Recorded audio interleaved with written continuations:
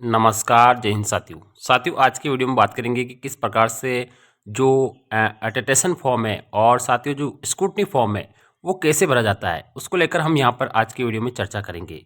तो साथियों सबसे पहले आपको स्क्रूटनी फॉर्म भरना है, तो यहाँ पे कोई एक फॉर्म भरा हुआ है। तो यहाँ पे देखिए सबसे पहले यहाँ पर ये जो भर्ती है साथियों, ठीक है ना, यहाँ पे आपका फोटो आ जाएगा, ठीक है ना, यहाँ पे आपका फोटो आ जाएगा। उसके बाद में आपका यहाँ रोल नंबर लिखना है, यहाँ एप्लीकेशन नंबर लिख देना है।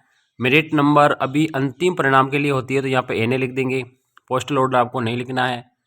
विज्ञापन संख्या लिख देंगे, पद कोड रहने देंगे, पद का नाम कृषि पर्यवेक्षक जैसे आप फोर्थ ग्रेड लिख देंगे, कर्मचारी चयन बोर्ड यहाँ पर लिख देंगे। फिर हमारे यहाँ पे जो भी आरक्षित वर्ग है आपका जो भी लागू होता है, ठीक है ना, तो यहाँ पर अनुसूचित जनजाति इनका लागू हो रहा है, तो इन्होंने यहाँ पे हाँ कर दिया। तो जो आपका लागू होता है वहाँ पर आपको क्या करना है, हाँ कर देना है। अब यहाँ पर ऊपर देखेंगे तो अब यहाँ पर अपन क्या करेंगे, ठीक है ना, तो यहाँ पर आप साथियों देखिए यहाँ पर अनुसूचित क्षेत्र अगर आपका है तो लागू है कर लेना, नहीं तो आपको यहाँ पे नो कर देना है। इसके बाद में आपका मूल निवास और जन्म स्थान भरना है। तो मूल निवास में जैसे यहाँ पे इन्होंने राजस्थान भरा है, जयपुर भरा है और तहसील चोमू, इसको छोड़ देना है। जन्म स्थान राजस्थान है, जयपुर रूरल है और चोमू यहाँ पे कर देना है। उसके बाद में आपको यहाँ पर विशेष श्रेणी में हाँ और ना में आपको जवाब देना है, क्रॉस कर देना है, ठीक है। तो देखो यहाँ पर कोई भी लागू नहीं होता, इन्होंने क्रॉस क्रॉस कर दिया है, ठीक है ना। अगर आपके लागू होता है तो हाँ करना है, नहीं तो आपको क्रॉस क्रॉस कर देना है, ठीक है। तो जैसे कोई भी विधवा महिला है उनका लागू हो रहा है तो आप टिक कर देना, ठीक है। उसके बाद आपको राज्य कर्मचारी सेवा में नहीं है तो आपको नहीं लिख देना है। पंचायती राज में नहीं है, नहीं है, नहीं है और नहीं है, ठीक है। उसके बाद में आवेदक का आपको पूरा नाम हिंदी में यहाँ पे लिख देना है। इंग्लिश के अंदर आपको ब्लॉक लेटर में यहाँ लिख देना है।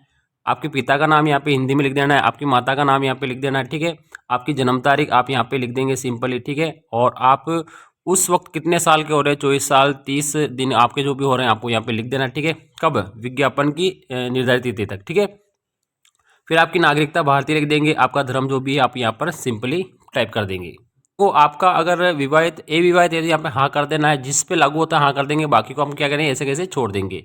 विवाह का विवरण अगर आपके पास है, विवाह का विवरण आप विवाहित है, देखो अब ये अविवाहित है तो यहाँ पे इन्होंने कुछ नहीं भरा था, तो ठीक है। अगर आप विवाहित है तो आपको यहाँ पर आपकी पति पत्नी का नाम, विवाह की तिथि, जन्म, विवाह स्थल, पंजीयन संख्या, पंजीयन का स्थान और पंजीयन का अधिकारी का नाम आपको यहाँ पर लिखना होगा ना साथियों।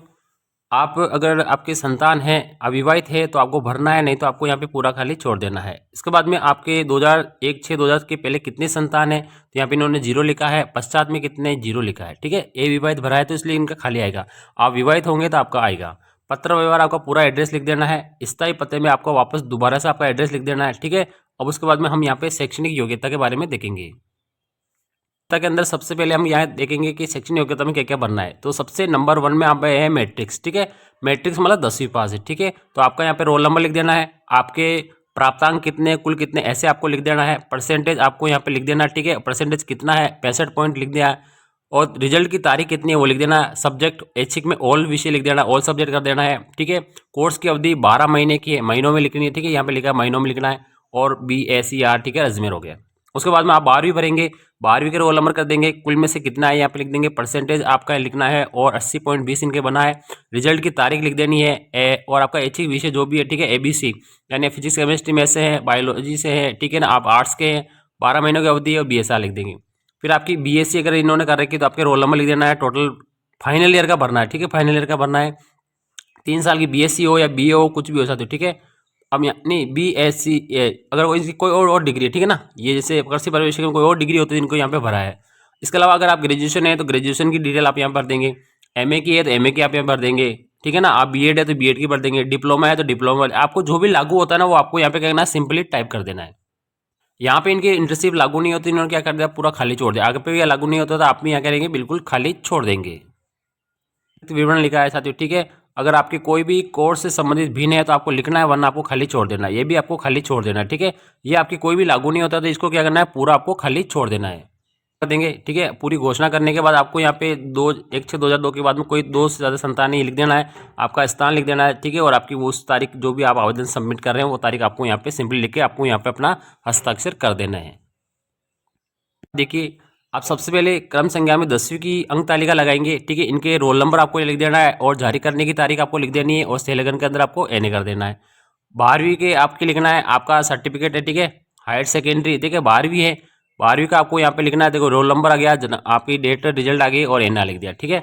और अब उसके बाद में साथ उपाधि उपाधि में आपको यहाँ पे रोल नंबर लिख देना है, आपकी रिजल्ट की तारीख लिख देनी है और आपको इनको 1 नंबर दे देना है। ठीक है, उपाधि ठीक है। इनको यहाँ पे सर्टिफिकेट जो किए ना एक में किए, मार्कशीट और सर्टिफिकेट एक में किए ना, इसलिए इनको नंबर यहाँ पे दिया। ठीक है, और यहाँ पे 1 नंबर दे देंगे। ठीक है, उसके बाद हम यहाँ पे उपाधि स्नातक की है, इनके रोल नंबर लिख दिए, इनको यहाँ पे 9 नंबर देंगे। ठीक है, इस प्रकार से आपको क्या करना है, इनके नंबर देना है। अब कितने आप लगा रहे हैं, 1-1 लगा रहे हैं, 2-2 लगा रहे हैं, 3-3 लगा रहे हैं। ठीक है, तो आपको ये क्या करना है, पूरी डिटेल आपको यहाँ पे भरनी है।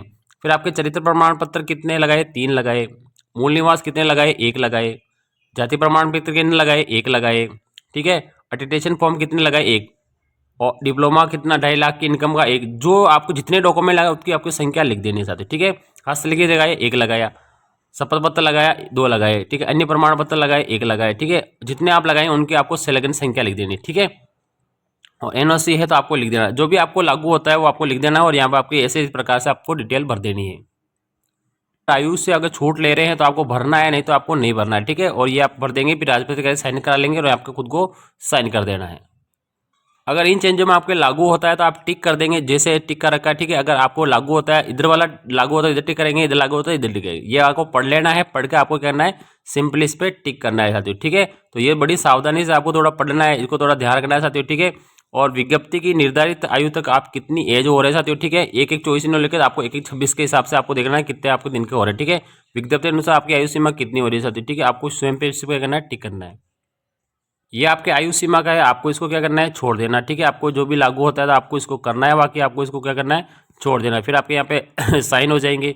फिर ये कार्यालय का आ जाएगा साथियों कि हाँ या ना में। ठीक है, इनकी हो रहा है कंप्लीट। ठीक है, और यहाँ पर इनका डिटेल आ जाएगा। ठीक है, आपके जो लागू होता है, फिर यहाँ परीक्षा जो भी करेगा वो पूरा सिग्नेचर कर देगा। ठीक है, और इनको जो भी आगे लगेगा भाई हाँ ना सही है तो आपको भर देगा। देख सकते हैं साथी। ठीक है, आपको पहले आपका फुल नाम भर देना है। ठीक है, आपके यहाँ पे रोल नंबर भर देना है, बाकी आपको खाली छोड़ देना है। आपका एड्रेस लिख देना है, यहाँ पे भी आपको हिंदी में आपका एड्रेस लिख देना है और आपको पिन कोड नंबर लिख के आपको आगे बढ़ जाना है। यहाँ पे आपको फोटो, अपनी जो भी फोटो है उसको चिपका लेना है और तिरछा साइन आपको यहाँ पे कर देना है।